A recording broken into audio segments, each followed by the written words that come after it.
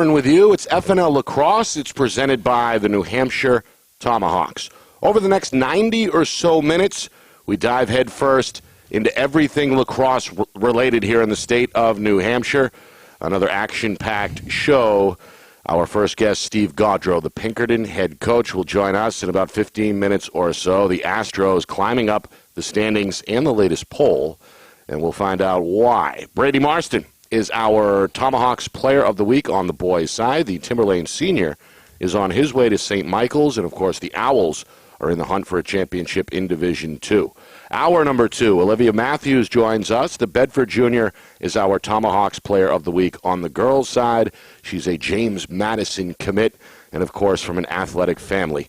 Olivia will join us at 7 o'clock, and then we round out the show with some NCAA tournament talk. But want to reintroduce my co-hosts here. Of course, Roger, my partner in the booth for our broadcast, and Brian, a friend of the show. You've been on numerous times, and now you're in the big seat, so welcome aboard. Guys, how we doing? Obviously a big weekend. The story, I guess we'll start with Roger. You were there in Portsmouth last week. Was that big showdown, the last two unbeatens in the state in Derryfield and Portsmouth ended up as a one-goal affair, 9-8 in favor of the Clippers. What was the takeaway there? Extremely competitive game. Two great teams that are ranked properly, I believe, right now. Derryfield a little bit behind in the coaches' poll, but we'll see how that goes this coming week. But what a great game for Portsmouth and for Derryfield. On the Portsmouth side, Zach Amend just basically took over that game. He was in every spot on the field where the ball was. He seemed to be in the right place at the right time every sequence and possession. Derryfield just ran into a buzzsaw there in the fourth quarter. They had a couple of late penalties that was kind of granting Coach Vischer the opportunity to really manage the clock and keep that one-goal margin up. But two very, very talented teams, and I would not be the least bit surprised if they end up in the finals. And, Brian, you've been in your share, obviously, of big games, both at the high school level with Bishop Girton, the NCAA level with North Carolina and Rutgers. What does a win like that, even though it's regular season, what does it do for a club? Yeah, well, the saying goes it's tough to beat a team twice, and I think that's the case.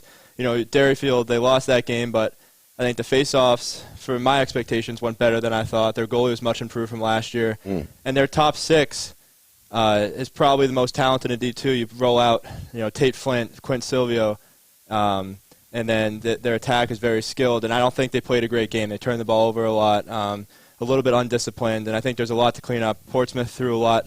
They did a great job. They had mixed up between zone and man. Obviously, it meant it was very tough, but I think it's tough to beat a team twice, and that Derryfield team is going to get better, and it's going to be a different game. So sometimes a loss can be a good thing, right? You know what you need to do well and work towards getting better, and you're also a little more motivated after a loss like that if you're Derryfield, right? Absolutely. It puts a little bit more pep in your step during practice. They're going to practice a lot harder. Hopefully, you don't have to learn from a loss to get better, but I think it's definitely going to, get them better. That loss will improve them. Coach Hetler will whip them into shape. Yeah, I got to tell you, I agree with Brian wholeheartedly that the attack on Derryfield's side really didn't play a big part of that game. Chili Chabot and Murray didn't really see a lot of opportunity there with the way the defense had played. Nick Smith did his job at the face-off X and certainly helped out there.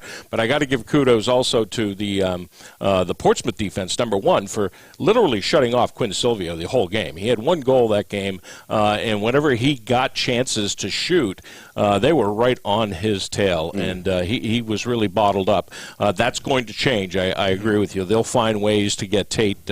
Tate actually had a pretty good game. I think he had 3 goals in the game, but and he's a man among boys. He's just grown and gotten so much bigger over the last year. But good stuff from them. But Dugan Brewer Little, the defenseman for Derryfield, he was all over the field, and he had a really, really good game defensively, which may have accounted for him and Gunnar Jackson having a lot to do with shutting down the Derryfield attack in that game. They had a really good game. It's a costly loss for Derryfield if you put any stock into the coaches' poll, as they drop down to 5, again sitting there with just 1 loss. By the way, the latest poll can be found on our friend Joe Marcialana's website, nh-highschoolsports.com. BG.com. As usual, BG is back for another week at the top of the poll. The Division I Cardinals, defending champs in the division, 11-2, following a 15-0 win this afternoon. Breaking news over Dover. And BG, as we know, they've got a tough week with Pinkerton coming up. Again, we'll chat with Coach Gadro of the Astros in just a few minutes. And then next weekend, we are in Nashua for a Sunday affair.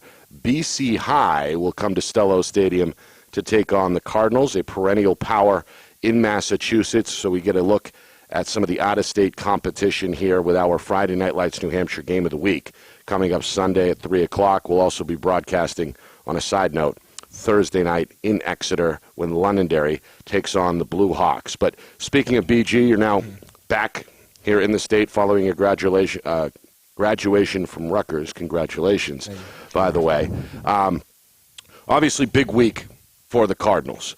You have to play them one game at a time, but scheduling an opponent like BC High, as good as they are, late in the schedule, does that serve as kind of a final tune-up, would you say, going into the postseason for the Cardinals, or what was the kind of thinking behind that? Totally. I mean, it's having 3 games of that caliber at Stellos.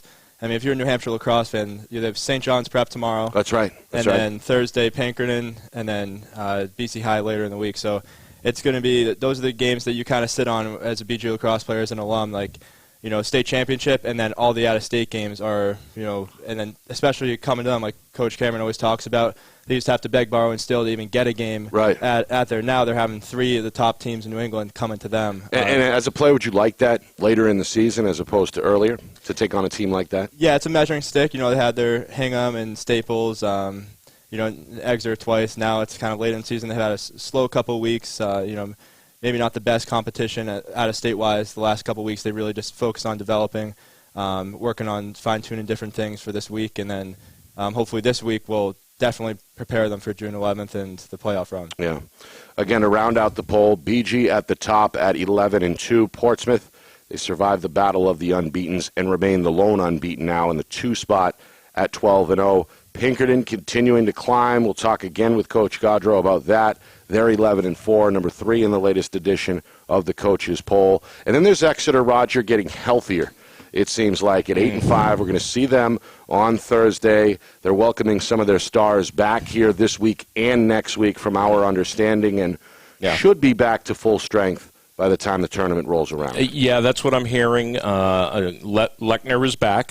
He played in the last game. But Exeter's the one team that I have a little issue with in the poll here, because at 8-5, in my opinion, they should not be ranked above Derryfield. Pinkerton's had a good, strong run, okay, and they deserve to be where they're at, because they haven't had a overly difficult schedule, but you know, a couple wins against Londonderry, and they're in the poll as well. Yep. But Derryfield, you know, they had 2 really good games this past week. They throttled Timberlane 17-2, and they went to Portsmouth and lost by 1. That's not a lot to drop from 2-5, in my opinion. So I think that there should be a little shuffling there. But let's stay on Exeter. They're playing this afternoon against Bedford, right up over the hill here. Should be a good contest there. And as you mentioned, that's a rematch, of course, from a game we did earlier this season. That was won by Exeter 13-6. Yeah, and Bedford actually played pretty good in that game, and I think Exeter just wore them down, and Bedford was their own worst enemy. They threw the ball away a lot and had a lot of drops and didn't execute. But you know, Exeter should you know, hold their own against Bedford today in that game. But the key to the Exeter offense, I think, is not only Gavin Lechner, because that frees up Sullivan a lot on the other side, and he's a big kid too, but Owen Williams. Owen and my son and I, who's on the coaching staff, we talked about this over the weekend, and I think Owen, much like Timmy Kiley does on occasion with the BG first midfield, they set the pace, and he's so fast, and he's such a good rocket-type shooter left-hand midfielder that I think that helps in their transition and allows them to get on the offensive side of the field much quicker and doesn't allow the defense that they're playing against to set up.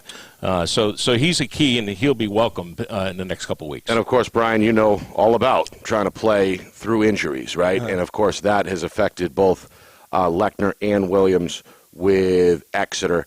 How anxious are those kids to get back onto the field to help their team? Yeah, they're difference makers. Two of the best lefties in the state, probably in New England. And it's almost, it could be a blessing in disguise when those two guys step out, the next six have to step in and get better. So the hope is that for Coach Brewster and Exeter is that, while those guys were out, that, those guys, the Marshall Lazowitz and the other Sullivan, those guys got better and learned so that when all the pieces of the puzzle come together, that Exeter is, they're a different team now than they will be on June 11th, and it will be interesting to see how they improve and how much they improve. Yeah, and they had to fill in different parts going along with that because you're right. When Owens and Lechner went out, they had to take a midi and put him on attack.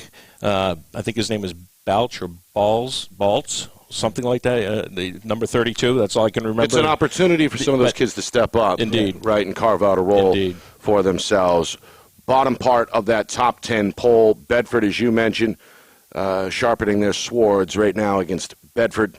7-3, the Bulldogs are the sixth spot. Timberlane at 10-2, despite the setback, still sitting pretty well, third place in Division II and seventh in the poll. Londonderry, as mentioned, 5-6 overall. They are number 8. Merrimack at 7-3. Tomahawks back on the winning track this week, and St. Thomas down in Division II will round out the poll at 7-4. And of course, on the girls' side, we'll break that down in hour number 2 with our guest Olivia Matthews, the junior from Bedford. The Bulldogs are 10-1, right in the Division I hunt, tied with Dover atop the standings as the Green Wave continue to win. They are 11-1. Of course, the usual suspects, defending champion Bishop Girton right there at 8-4. Portsmouth is still in the mix at 11-2. South at 10-3. Pinkerton at 9-4. So a lot of programs in Division I starting to rack up some wins on the girls' side.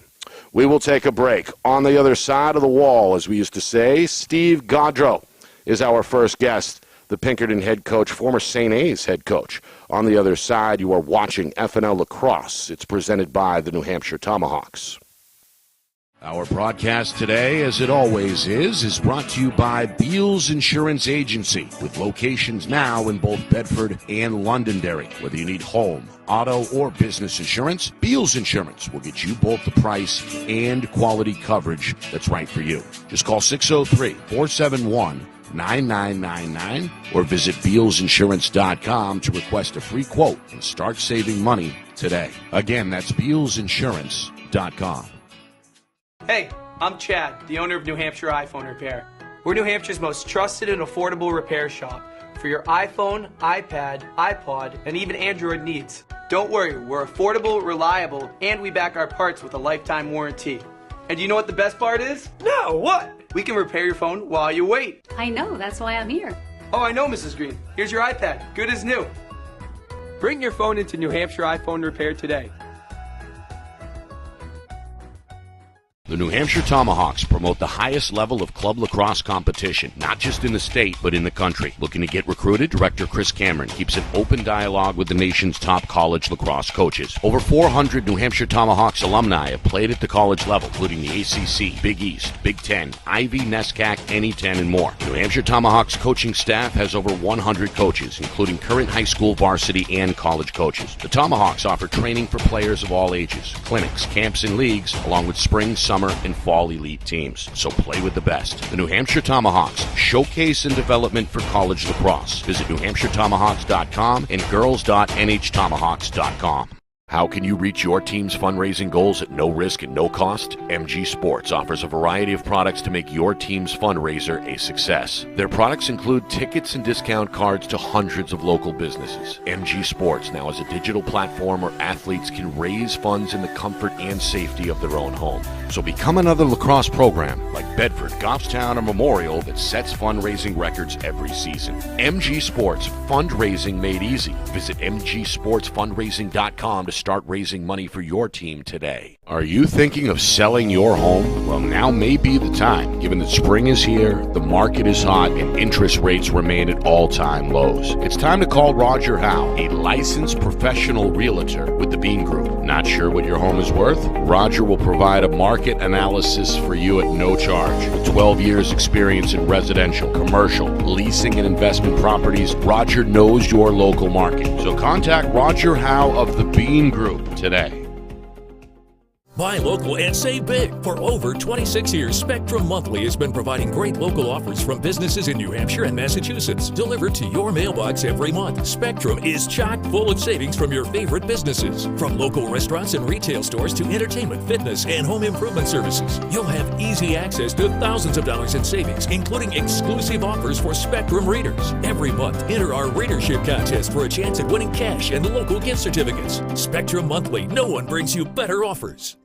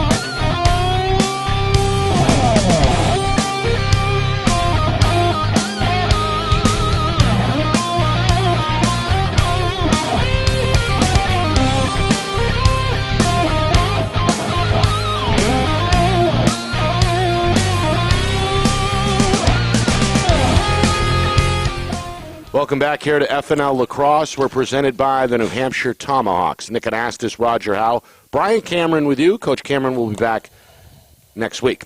We got breaking news here on the broadcast. Londonderry just knocked off the last undefeated team in the state. They beat Portsmouth 8-5 in a cross-divisional matchup as the Clippers dropped to 12-1. Londonderry evens up their record at 6-6, and that's good news for us here in the media, because we'll be seeing Londonderry Thursday night as they look to follow up this upset win at Exeter. We're on the air at 6:40 or so, 6:35, let's say, ahead of that 6:45 face-off. And then we've got a Sunday special, BC High at BG, coming up Sunday at 3 o'clock. So two broadcasts, two Friday Night Lights New Hampshire games of the week, presented by Beals Insurance. Coming up in about 15 minutes or so, Brady Marston will join us. The Timberlane Senior is one of the best goaltenders in the state. He's on his way to St. Michael's, and he is our Tomahawks Player of the Week on the boys' side. 7 o'clock, his counterpart on the girls' side will join us.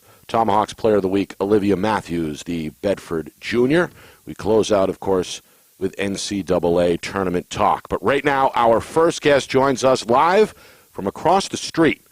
Steve Gadro is the Pinkerton head coach. He's a Bedford resident. He's the former head man up on the hilltop at St. Anselm's, and he joins us now. Coach, welcome back to the show. How are you, sir?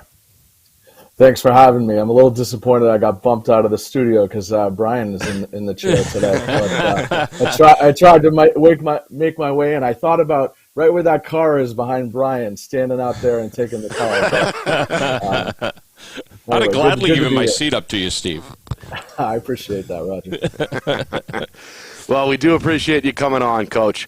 I guess the thing to take away is that seemingly you've got, once again, your team getting better as the season goes on. That's always seemingly the goal for any coaching staff, right, is to have your team improve game in and game out. Is that the case yet again here with this group in 2023?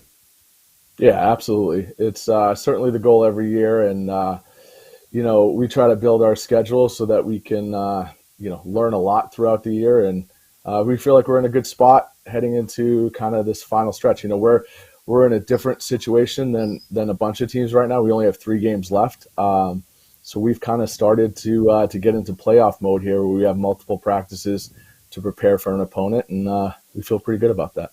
Yeah, one of those games remaining is Bishop Girton. Will let those guys handle those questions. But I wanted to ask about the out-of-state portion of the schedule, something seemingly that your predecessor there and your athletic director, Brian O'Reilly, started years and years ago, and that you've kind of juiced up as of late with some really top-quality out-of-state opponents. The idea behind that being, Coach, to get your guys as battle-tested as possible. Is that the goal there, or what's behind some of the opponents when you put together the schedule back during the off-season? Yeah, the goal is to learn, the lessons you need to learn before you get to the point of no return, essentially, right? So We feel pretty good, going into Thursday. We've been in a variety of different situations against a lot of really good teams. So it's the atmosphere and the level of play for us is something that we've seen, and hopefully we can rise up and and succeed. Brian, I know you had a name ready to go, right? Yeah. with the FOGO. Go ahead. So everyone knows about Cole Franks, one of the top face-off guys in New England, but Alex Tetsaranos, I think he would start at most other places. Talk about the dynamic between those two face-off guys, how they push each other in practice, and he's maybe not a name that you see in the media, but I think definitely helps Cole prepare for some of the top opponents. Yeah, we have we don't have a shortage of face-off guys. We have a couple of really talented freshmen as well, but Cole is tremendous. Cole's been starting since he was a freshman, and numbers-wise, he's hovering around 93% on the season. Wow. He's and that's against all the teams we played. He's certainly looking forward to Thursday. It's a great dynamic. Cole's a motivated kid. Him and I communicate, and he's able to help lead. We have a group of younger guys, and it's certainly been a luxury. And it's something that's we've had the benefit of that at Pinkerton for a long time, long before I was there. So it's nice to see that tradition kind of continue. Yeah, 93%. That's about what I see in every game that we've done. About as good as it gets. He doesn't lose many. He doesn't lose many, definitely. that's for sure. So. Yeah, definitely. So, your out-of-state schedule was impressive. You challenged your boys. What I liked what you just said, Coach, was the fact that you only have 3 games left, and you really front-loaded your schedule. I don't know if that was intentional or not. Maybe because of the out-of-state schedule, you got to kind of take it when you can, rather than NHIAA, dictating to you. But having those 3 games left, everybody on your team hopefully can get healthy for the playoff run. Is that something that's going to benefit like Mr. Lynch and Cole Frank and some of the senior classmen? Yeah, I mean, there's no doubt. When you're in the grind, playing 3 games a week, you get banged up, and anytime you get a chance to have planned days off, in addition to, again, just 3 practices in a row. I feel like we had a month where we didn't practice at all. We just were playing game after game after game. So I know for me, right, as the coach, that's where you got to make adjustments. That's where you can get guys different reps, and it can become difficult. And so certainly, for us, the Massachusetts teams really kind of dictate when they have the schedule available. A lot of the people we play, I have relationships with. So it usually either falls somewhere in those 2 vacation weeks, or sometimes at the end of the season, as you see with BG this week. So. Yeah, and I think one of the best games I've seen next to the Portsmouth Derryfield game just this past week was your early season game against Exeter, where you led literally the entire way until the 4th quarter when things really got heated up, and only lost that game by 1. But it was, from a technical standpoint, it was a well-played game by both sides, and your team especially that early in the season. I think it was only, your 5th game, but it was a great game to watch. Yeah, it was early. It was certainly a battle, and again, the ultimate goal is to be on the other side of some of those games here as we go down the stretch.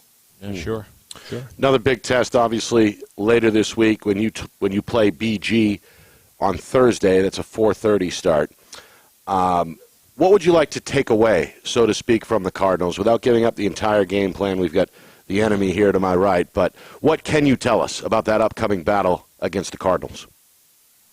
I mean, we're going to go in there. We're going to prepare, for 3 days, and again, it's just put yourself in a situation to compete and do the little things to win, and that's the ultimate goal. I mean, we know that BG's certainly been the measuring stick the last couple of years, and we feel good. We feel good about our team. I know my guys are going to work hard. I know we're going to grind, and we're going to look at certainly different ways that we can compete in a variety of the aspects of the game. So I don't know. I mean, it's as much as it's regular season for us. We're all in. We certainly you never know what the postseason is going to bring.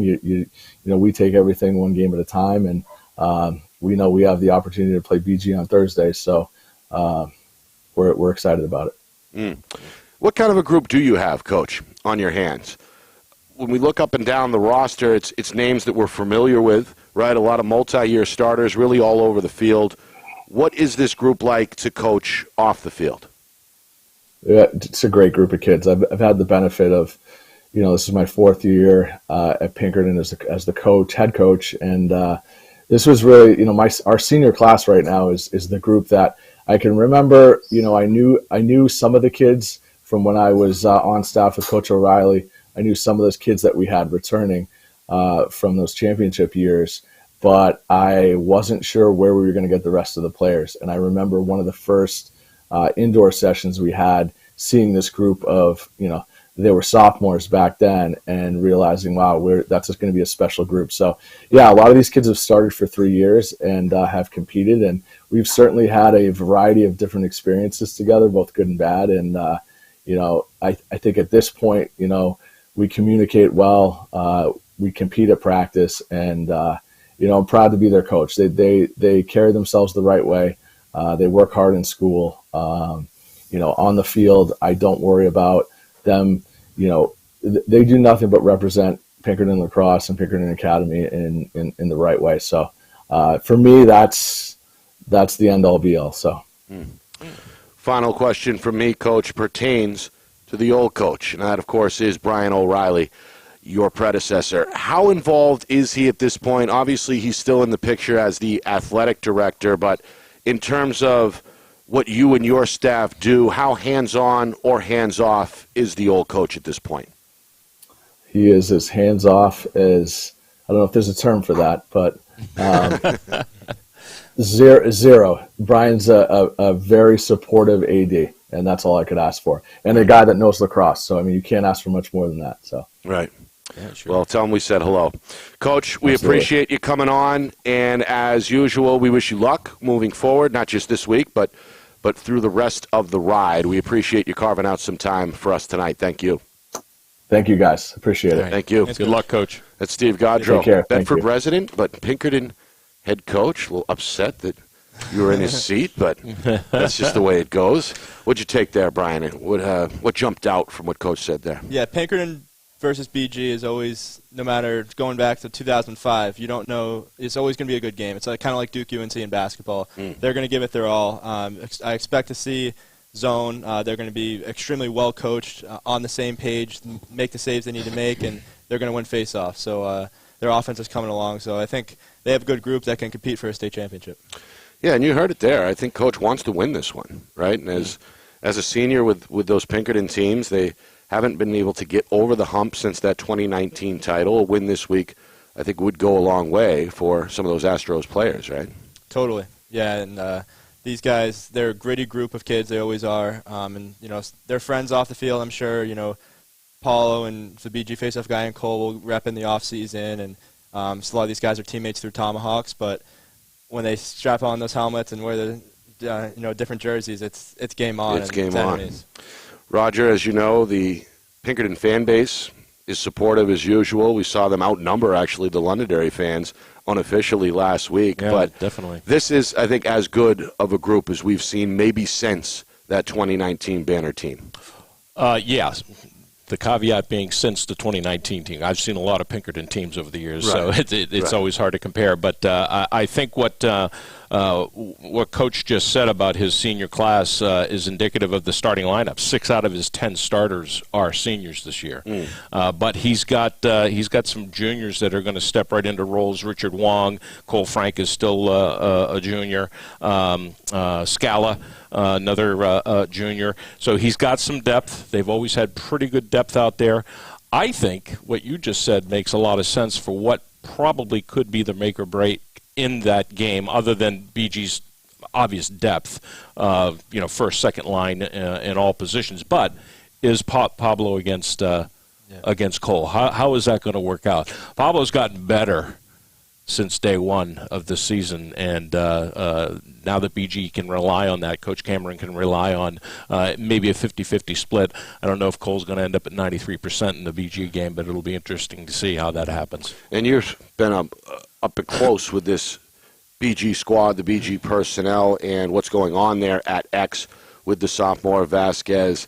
How much improvement have you seen in the short time you've been able to see him day in and day out? Yeah, he's definitely a talented face-off guy. He's gotten more comfortable with the ball, certainly out of the face-off scenarios. Outside of just the clamp, he's gotten a lot better this spring, but he knows, I was talking with him today, working with him today, he knows that he's going to have his hands full on Thursday, but he's certainly ready, and he's ready for the matchup. 93% for Cole Frank. That is impressive, and Vasquez will have his hands full. That's a good one coming up Thursday, BG in Pinkerton, 4:30. We, however, will be on the air a little later in the afternoon, 6:45 for Londonderry at Exeter. Lancers, again, if you're just joining us, coming off a big upset win today, an 8-5 win over Portsmouth, handing the Clippers their first loss. The Lancers will look to keep it going against Exeter, a getting healthier by the day Exeter Blue Hawks squad. Again, we're on the air at 6:45 Thursday. Sunday, reminder, weekend special, a matinee, 3 o'clock start, BC High at BG, live from Stello Stadium in Nashua.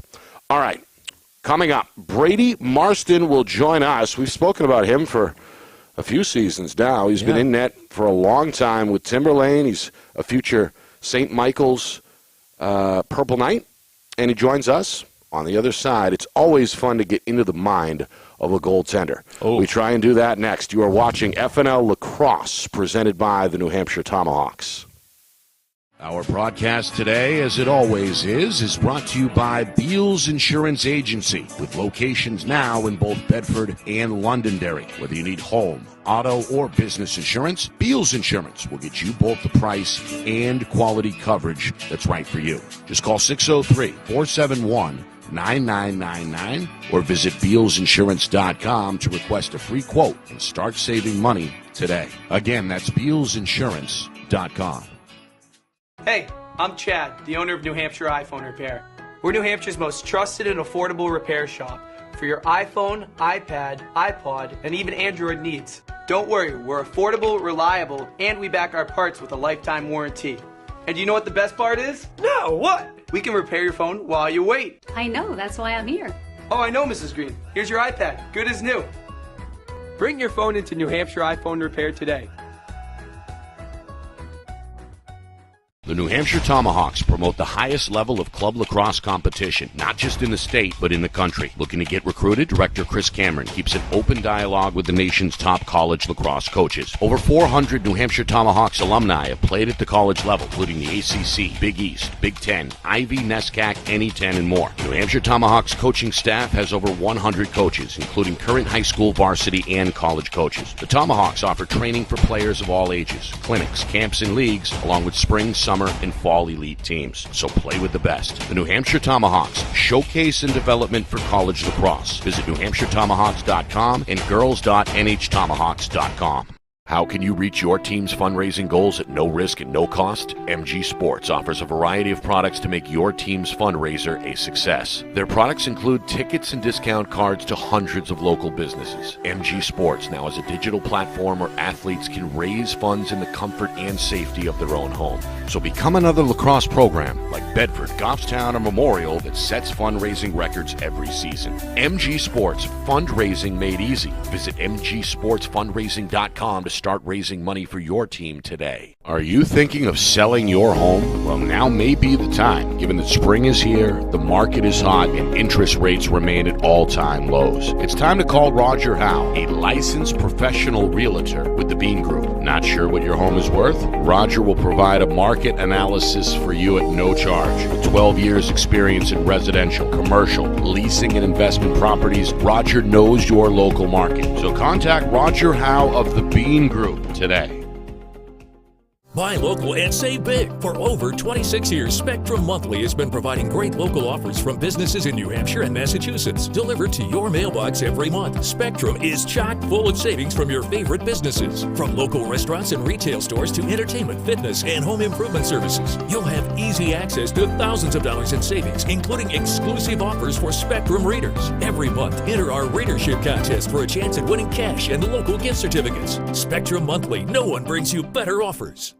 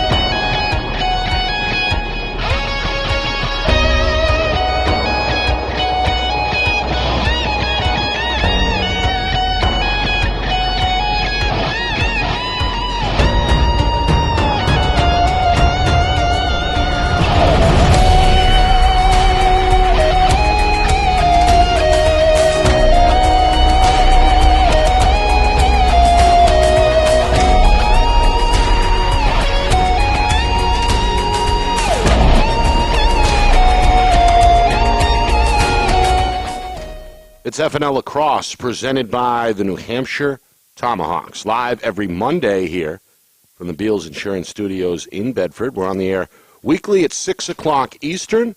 If you miss any part of the program, do not panic. It's immediately posted under the videos section on our YouTube channel, FNLNH Media. Again, Friday Night Lights in New Hampshire on YouTube at FNLNH Media. Hit the subscribe button and do us a favor.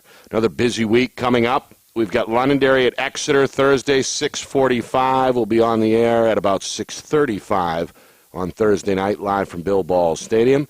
And then this weekend, a Sunday affair, BG hosting BC High in a big New Hampshire versus Massachusetts matchup. That's a 3 o'clock start on Sunday. Olivia Matthews coming up in about 15 minutes or so. She is our Tomahawks Player of the Week on the girls' side. The juniors committed to James Madison. Of course, we touch base with the NCAA tournament to close out the show. But joining us right now is our Tomahawks Player of the Week on the boys' side. Timberlane Senior Brady Marston, the goaltender, on his way to St. Michael's. He joins us now. There he is. Brady, how are you? Good. Thanks for asking. Thanks for having me up on the show tonight. We appreciate you coming on. Obviously, your team, yet again, right in the hunt in Division II at 10-2. A recent setback against Derryfield notwithstanding, you guys have had a good start to the campaign. What has been the key to the 10 wins so far, in your opinion? I feel like it's really just about like staying together as a team to make sure we're communicating, just doing everything together. Even if it's a mistake, as long as we're doing it together, we'll be all right. As the goaltender, do you feel any added responsibility or added pressure given your role between the pipes to kind of unite the guys, especially during maybe a tough moment like the other day against Derryfield? What or how exactly, I guess, do you see your role with this team now as a multi-year starter in his senior year? I mean, I definitely feel like I do play a pretty big role in making sure the defense is doing what we got to be doing. It does make it a lot easier when we have like a defense right now it's full of studs right now. We got like Gary Schivel and Braden Parrish, Jake Manning. They're just making my life pretty much as easy as it can be. pretty good to have some good guys in front of you. And, of course, it must be fun playing for Ken Blaska, right, the head coach. He seems like the definition of a player's coach. You've been now a starter for him for the last 3 years. What's it been like playing under Coach Blaska, and what is your relationship with him personally? Yeah, so it's been great to really get to know him over my high school career. He's a really great guy. He's tough on the team when he needs to. And he's definitely just I couldn't have asked for a better coach. Speaking of coaching, Brian, you've worked with Brady before with the Tomahawks. I'll let you take it away. 2023 purple. There you go. Great goalie and pleasure to coach. Good to see you, Brady. Good to see you Talk too. to me about even the best goalies get scored on. Talk to me about, do you have a specific reset routine, or what's your mentality after you let in a soft one, and how do you move on from that?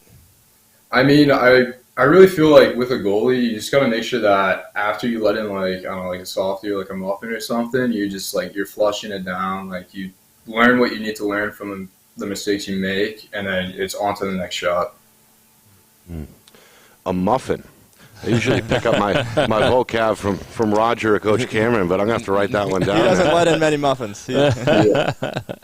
I mean, being the father of two goaltenders and having coached one that had a great amount of success, I always remember telling my son Matthew, you got to have a short memory. You got to have a really short memory. And when I saw that Timberlane score the other day, did you play the entire stint in that game, Brady? Yeah, so they pulled me, I think, right around the beginning of the fourth quarter. How did you feel about that? Because I know my sons had a definite feeling about being pulled no matter what the score was. Yeah, so it's kind of, obviously I want to be in there as long as I can, but it's, once I'm out, we want to make sure that we have the goalies beneath me, making sure that the team will be steady and good for the next couple of years. So I understand it.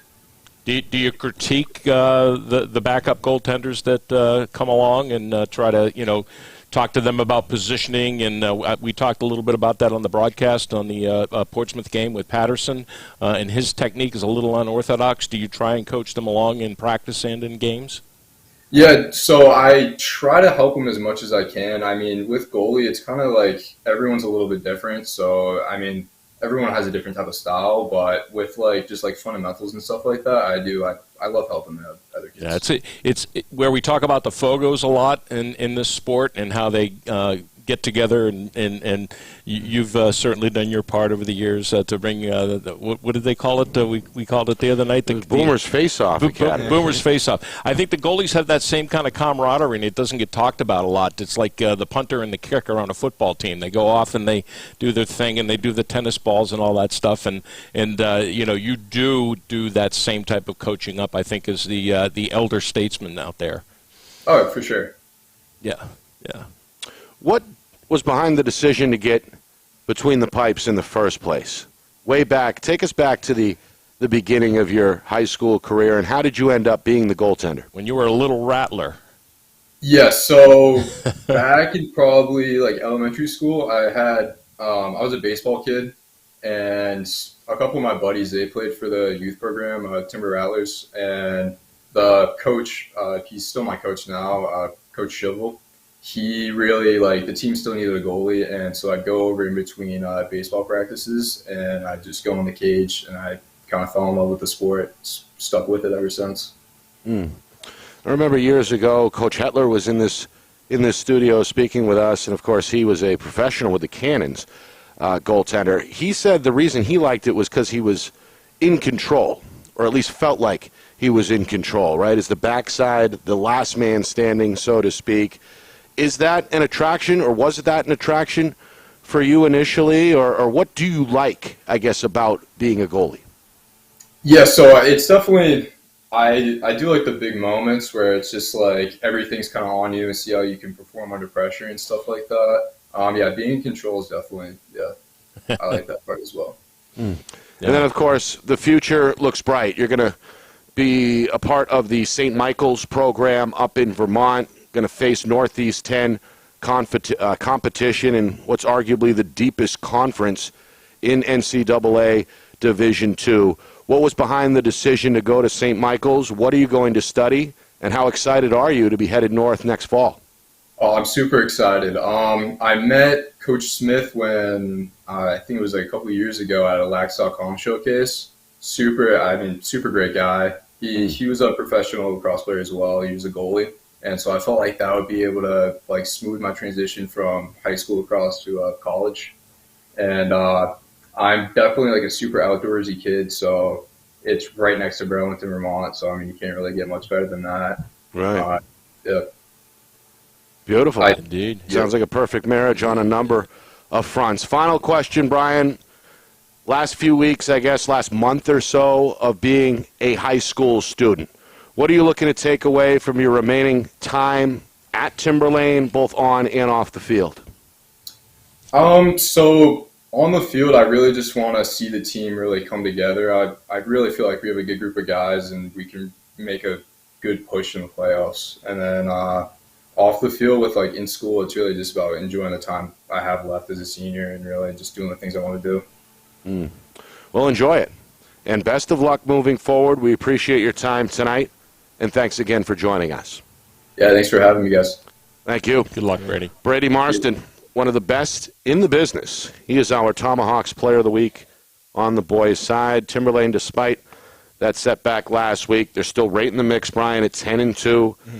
And obviously, when you have a goaltender of that caliber, anything is possible in the postseason, right? Yeah, to make a playoff push, you look at NCAA, you got to have a hot goalie. Penn State yesterday, and Brady certainly, I don't think it's a hot take to say he's the best goalie in that division.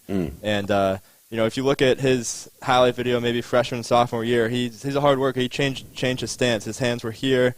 Now you look at he's up here. And it's a different look, and I think he's, if Timberlane's going to make a run, and they played Portsmouth tight, 10-7 game, I think Brady Marston's going to have to really stand on his head. He's got some pretty good players around him, as he just highlighted. A number of those kids are football kids, right? Tough kids. Shivel's back. He was injured last year. Yep. So it seems like that defense as well, Roger, is potentially a championship caliber defense for Coach Blaska. Yeah, the names we're throwing out there have certainly proven what they've done in previous seasons. We haven't seen them play this year, unfortunately, but you got, I think Brady could very well, and the defense, be the difference of how they end their season here. They've got 4 games left. Tomorrow against Wyndham, who they are tied in the standings at 10-2 with, and then Winnacunnet, the game after the next game, which is right on their heels in 4th place. So Brady's going to have to pull it all together with his defense, and I agree with what he said too. Goalies like to be in charge. And the loud ones that can direct traffic and call slides and be very verbal out there and can control everything on the defensive side of the field, they're the ones that usually see a lot of success because the defense gets the confidence in themselves because they hear the guy behind them, directing traffic and barking out commands. And then, of course, this is a special time in the life of any senior, student athlete or not, graduations, proms, that kind of feeling that it's now or never, right, with the unknown future right around the corner for a lot of these kids going out state to college, etc.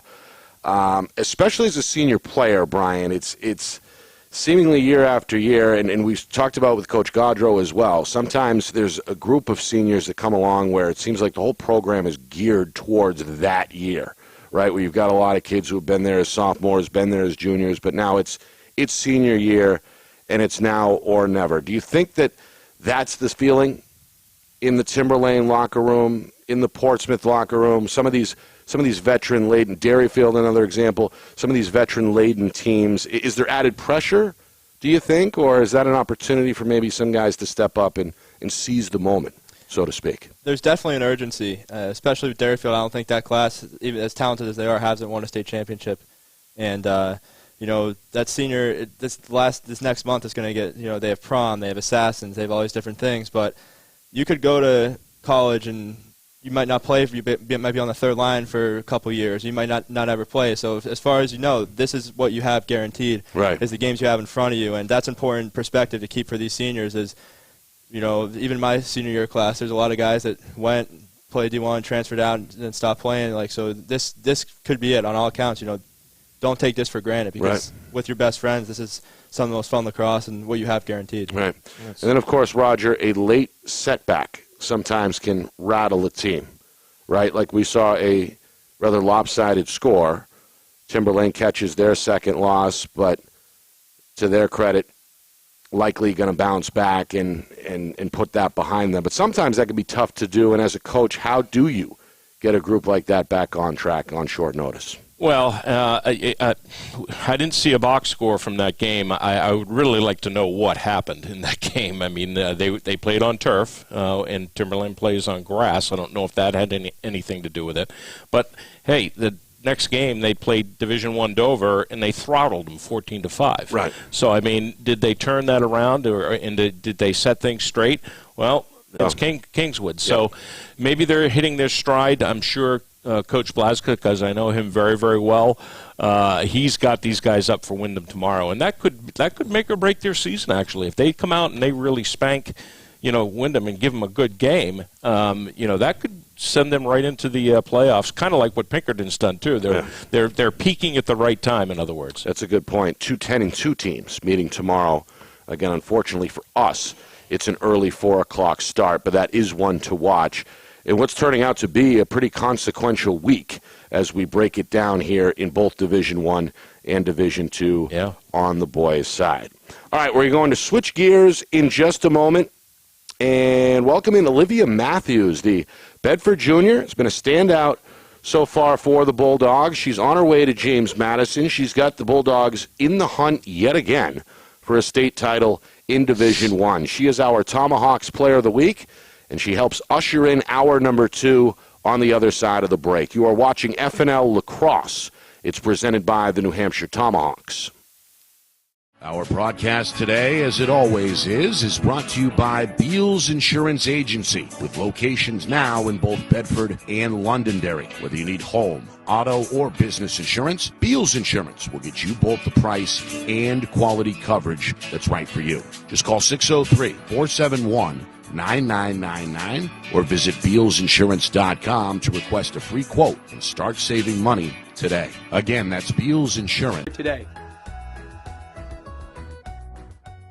The New Hampshire Tomahawks promote the highest level of club lacrosse competition, not just in the state, but in the country. Looking to get recruited? Director Chris Cameron keeps an open dialogue with the nation's top college lacrosse coaches. Over 400 New Hampshire Tomahawks alumni have played at the college level, including the ACC, Big East, Big Ten, Ivy, NESCAC, NE10, and more. The New Hampshire Tomahawks coaching staff has over 100 coaches, including current high school, varsity, and college coaches. The Tomahawks offer training for players of all ages, clinics, camps, and leagues, along with spring, summer, and fall elite teams. So play with the best. The New Hampshire Tomahawks, showcase and development for college lacrosse. Visit NewHampshireTomahawks.com and girls.nhtomahawks.com.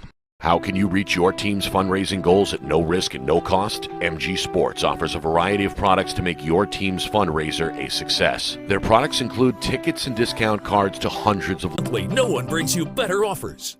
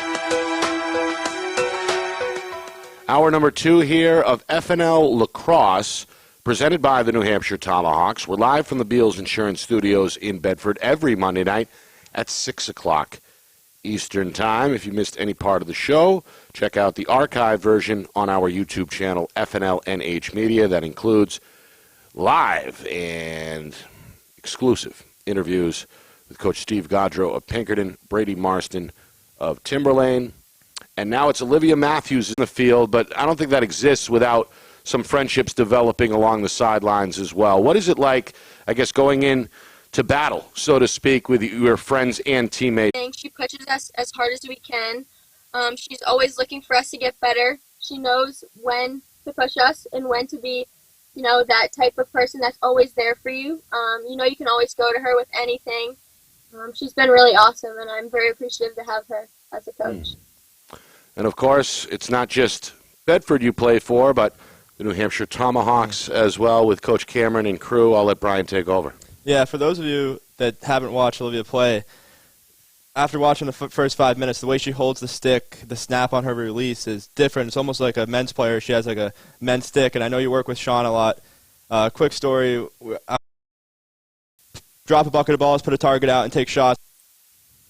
I've always just been a big one in getting that wall ball in. You always got to get on the wall, no matter how good you are, no matter how many times you drop the ball. You should always be putting in the work on the wall. Along with that, you got to get the shooting in. You got to build up your wrist strength, do all those kind of exercises on the wall mostly, and then you take it to the field, right? And then you work on all those types of dodges that might come up in a game, and you might not get a chance to use them. You never know. That decision to go and ultimately play in a couple of years from now for JMU. Yeah, when I went down, obviously it's about the school and lacrosse. When looking at the campus, I loved it. It's a big campus. That's what I wanted. They have multiple different types of athletes there who succeed. Then when looking at the team part of it, when I stepped on and met all the girls and the coaching staff, I felt so supported in that I was going to be able to go there and succeed. They offered you so many options and opportunities to succeed there. They're so competitive. They just made it to the Elite Eight this year. They're so competitive. They're so supportive. They're awesome. It's a great coaching staff and a great team dynamic down there. So I'm really excited. Good stuff. Wow. Great stuff. Great stuff. Well, we appreciate it. Good luck the rest of the way, and we'll talk again soon. Thank you very much, Olivia. Good luck. Olivia, good luck. Thank you. Olivia Matthews, live from Bedford High, joining us there from the car. One thing's for sure, a couple of years from now, James Madison's going to be getting a great player, as you mentioned, especially for being only a junior. Scary to think how good she may be a year from now, but obviously she's a part of that key dynamic that makes the Bulldog machine tick, so to speak. But what stood out with you there, Brian? You know her a little bit off the field. What jumps out? Yeah, her work ethic. She touched on a little bit of everything. Her wrist strength, wall ball. There's a lot more that goes into it than just putting Portsmouth field in Bedford. It's her and Regan O'Brien are usually always out there, so it's cool to see. And they have kind of waited in the wings with that 22 BG class that was so strong. Now is their time where they've kind of seen the step up, and they're the leader in the clubhouse. One of the it's as clear as ever to the state championship right now. Yeah, right now they've taken those, as you said, steps with wins over both Portsmouth and BG. Again, the lone loss, Roger, is out of state, but it seems like she's perhaps the latest with O'Brien and some others there as well to kind of take that torch, move the ball forward, so to speak, with Coach Hodgson. And I guess kind of the theme of the show has been that senior class that has been kind of waiting for their turn, right? And it seems like that may be the case, as Brian just pointed out, with Bedford. Yeah, absolutely. And, with Christine Hodgson there, who I think right now, because I was on staff there for a while, she's got a tenured coach at Bedford High School. At this point, I believe she is. Yeah. That she's been there before, and she's got that, the coaching maturity to pass that on to her team at this point. And I don't think anything shakes Christine Hodgson. She's steady as they come, and I think having players like with the work ethic that Olivia has, along with Regan O'Brien and some of the other girls there, that this could be their year. This could be their year. All right.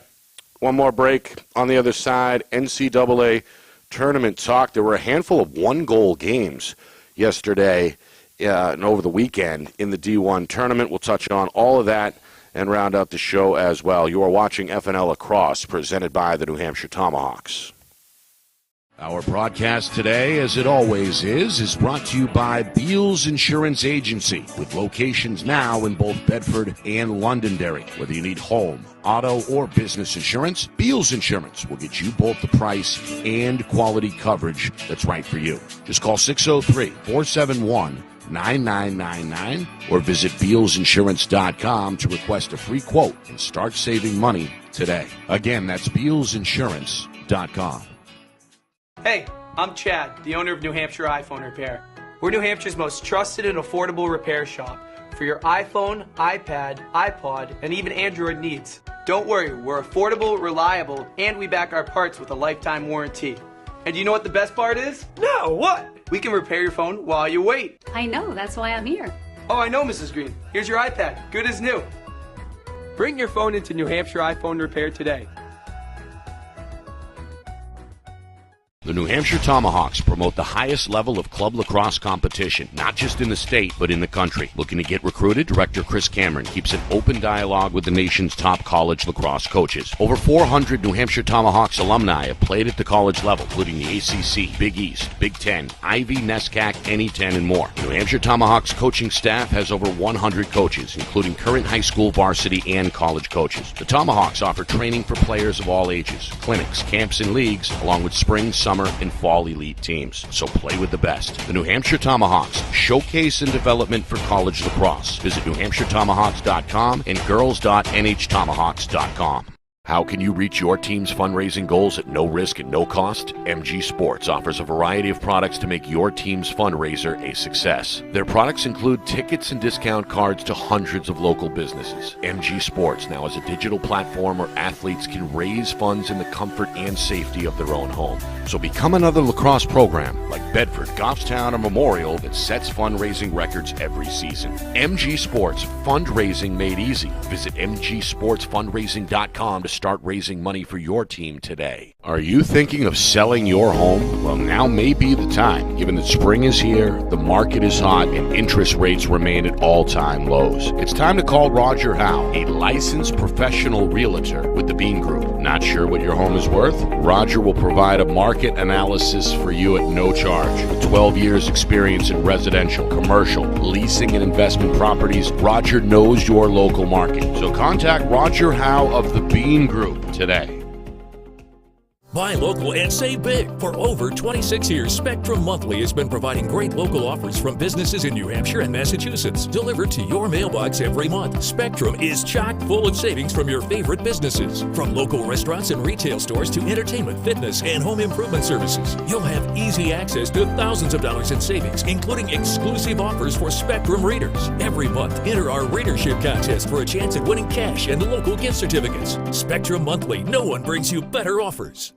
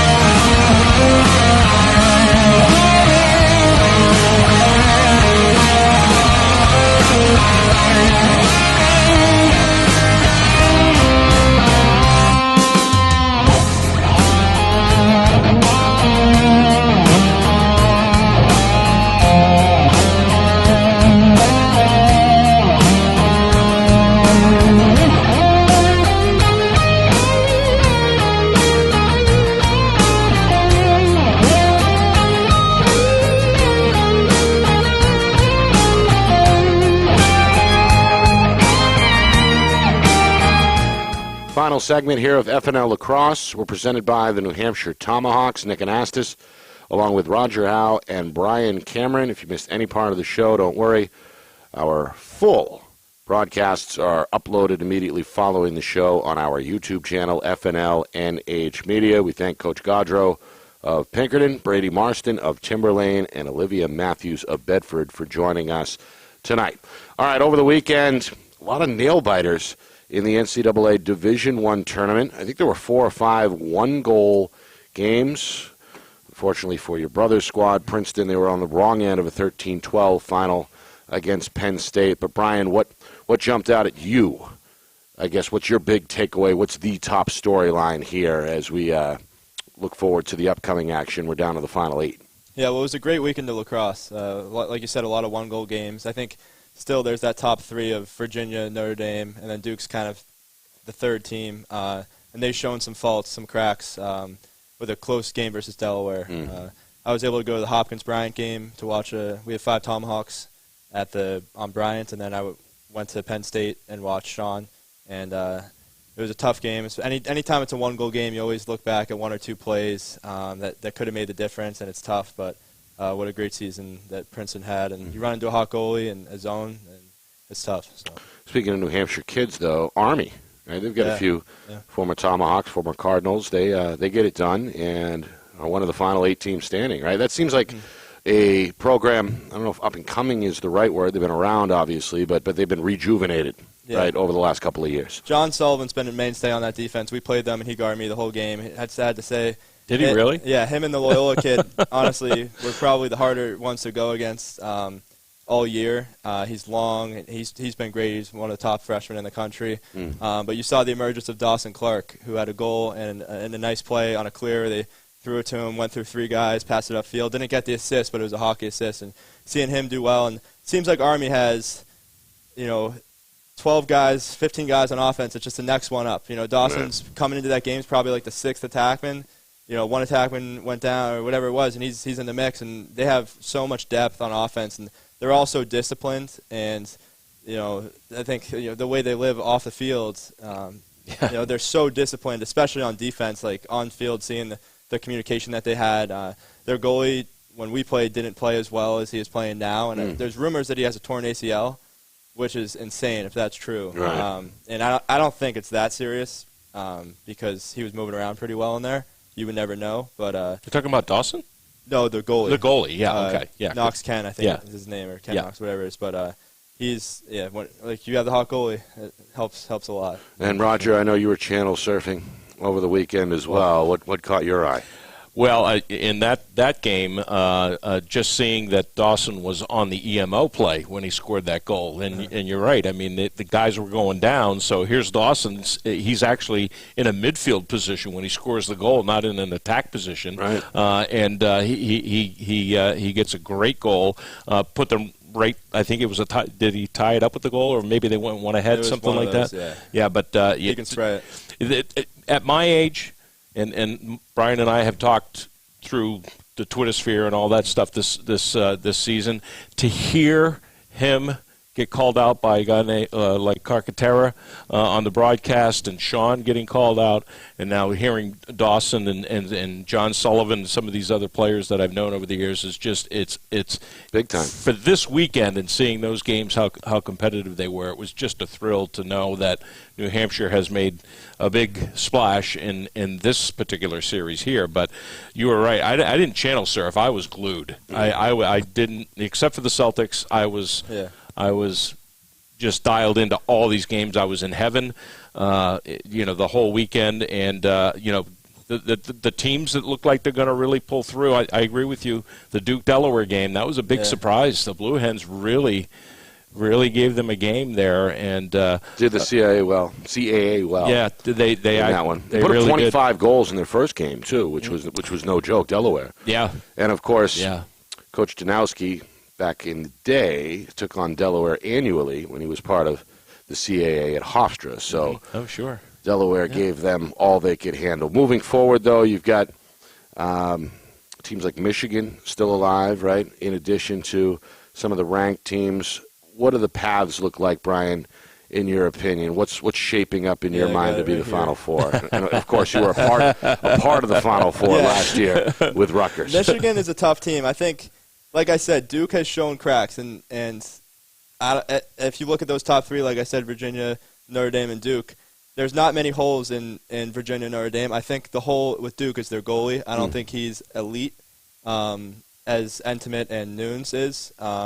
So I wouldn't be surprised if Michigan gives them a game to slow down like Brennan O'Neill and McAdory, those guys. It's going to be tough, but Michigan's playing well. They're playing with a lot of confidence. They're a well-coached team, and they have probably the best face-off duo left between Wiedfeld, I think, and Rowlett. Those two guys, they wear teams down. They're quick to the whistle, and they're athletic.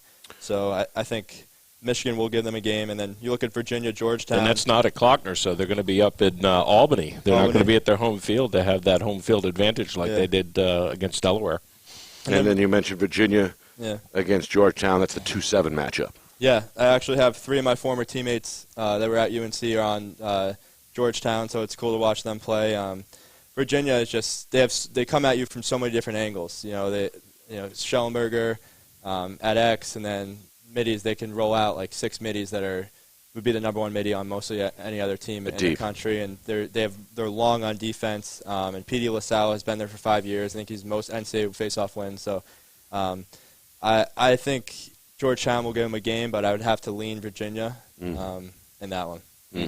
Division II, Roger, St. Anselm, they won their first-round matchup against Mercy, and then they lose to Mercyhurst by a goal 10-9. Mercyhurst will take on Lemoyne, as the Dolphins were 11-7 winners over Adelphi. And, of course, the big news surrounding Lemoyne is that they're going to jump to Division I. Yeah, and I could hear a collective sigh of relief from all the NE10 coaches, including Paul Calkins and a number of other ones, Shimana at St. A's, who lost to them previous week. But St. A's came out and really gave Mercy a really good game, and that was a big win for them. Yeah. They won it by 1, but hey, it put them into the next round. And Mercyhurst is Redmond still on Mercyhurst? I don't think so. Did he graduate? I think he graduated, yeah. Okay. Good old Nashua, ex-Tomahawk player. But Mercyhurst could or did obviously give them a little bit more trouble, but still only a 1-goal loss for St. A's. So it seems like they, every year, are incrementally getting a little bit higher and higher down the bracket. But they would have run into a buzzsaw. They would have had Lemoyne again, and Lemoyne just, I think I've said it before on broadcast, they wear you down, and they looks like that could be a Lemoyne win against Mercyhurst. I don't know what you think, Brian, but the Southern bracket, I don't know anything about those teams. I mean, the traditional Wingates and the Tampas, they're already out of it. Limestone. Seems like we're talking about Limestone every year as well, but I expect to see a Lemoyne in the final. Division III. RIT, the defending champs, they beat WestCon on Saturday 20-8. I was there for that one. Oh, my apologies. One eye on the graduation and one eye on the blowout. So, okay. So you were there. That's the Division III. Right. That's right. Well, Western Connecticut kind of surprised Keene. Keene's been the perennial LEC winner for years and years, and they just did not come out and play well against Western Con twice this year. Had their number. Yeah, they had their number, but that's not even. You put the money on the primary horse there in that race, and RIT is probably going to end up in the finals again. They'll at least be in the Final Four. Londonderry at Exeter is coming up on Thursday. We are live from Bill Ball Stadium at 6:35 Eastern, ahead of that 6:45 opening face-off between the Lancers and the Blue Hawks. And then this weekend, a Sunday matinee, 3 o'clock start. BC High at BG, a battle on the border between two of the best programs in New England. 3 o'clock start, 2:50 is our pregame time. Want to thank the sponsors tonight, as usual, the New Hampshire Tomahawks, Beals Insurance, New Hampshire iPhone Repair, and, of course, Spectrum Marketing, Roger Howe Real Estate, and MG Sports Fundraising. We appreciate those horses being in our stable yet again. Want to thank the guests as well. Steve Gadro of Pinkerton, Brady Marston of Timberlane, Olivia Matthews of Bedford. And I want to thank you two as well for coming down. Brian did an admirable job. It was fun. Good to have you back. Yeah. Back in the Shire, back as in the shadow, as usual. And, Your father's got to be careful. You might gank that seat from him. And kudos to a wonderful career, too, at both Yes. UNC and Rutgers. It's been fun following you all these years. And Yes. I suppose you're going to fill in your father or follow your father's footsteps and stay in the coaching game? Yep, that's the plan right now. All right. Excellent. Well, good luck. We remind you, we'll be back in this studio next Monday night at 6 o'clock. All right, for Roger Howe, Brian Cameron, I'm Nick Anastas, and, of course, the man behind the curtain is our director, Ben Beals. We all say goodbye. Enjoy the week. We'll see you on Thursday in Exeter. This has been the FNLNH Lacrosse Show, as Ben likes to say, presented by the New Hampshire Tomahawks.